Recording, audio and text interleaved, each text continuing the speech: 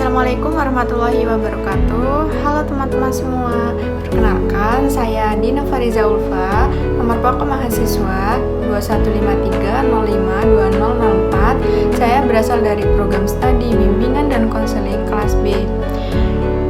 Di sini saya akan menjelaskan kepada teman-teman semua mengenai tes intelijensi, tes minat, dan tes bakat.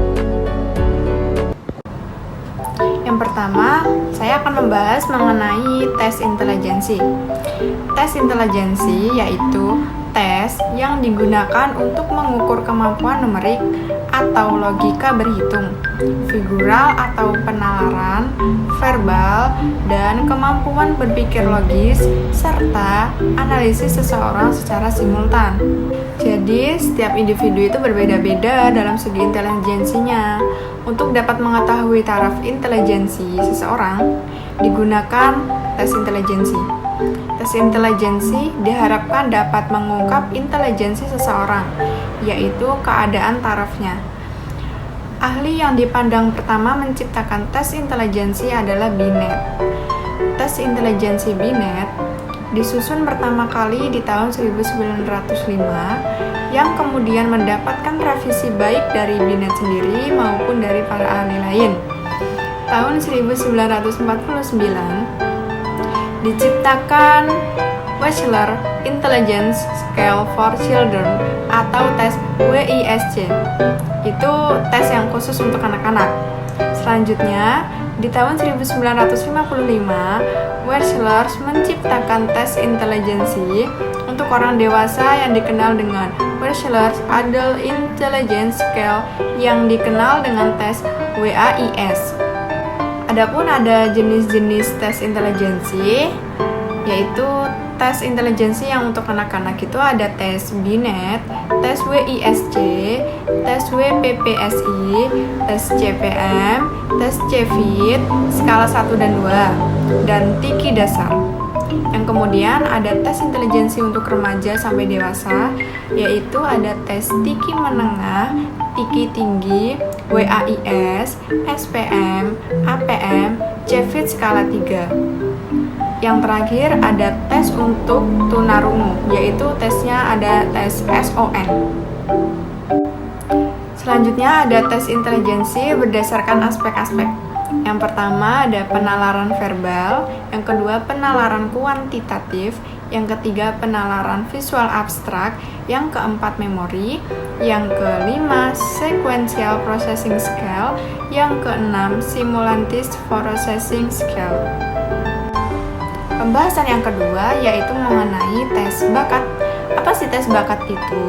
Tes bakat merupakan kemampuan aktual yang dapat diukur langsung dengan alat tertentu, atau kemampuan potensial yang dapat diukur secara tidak langsung dengan melihat kecakapan individu yang berkembang dari gabungan pelatihan intensif dan pengalaman.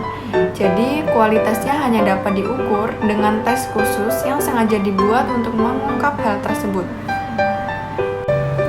Dapat disimpulkan bahwa tes intelijensi mengungkap kemampuan yang lebih umum, maka bakat mengungkap kemampuan yang lebih khusus. Keduanya merupakan hal yang sama-sama penting untuk dikenali, dipahami, dan dikembangkan, serta disalurkan agar siswa dapat berkembang seoptimal mungkin. Program pengembangan bakat siswa di sekolah dicapai melalui kegiatan pembelajaran dan bimbingan konseling. Setelah ini ada macam-macam tes bakat. Yang pertama, tes Differential Aptitude Test atau DAT. Yang kedua, General Aptitude Test Baterai atau GATB.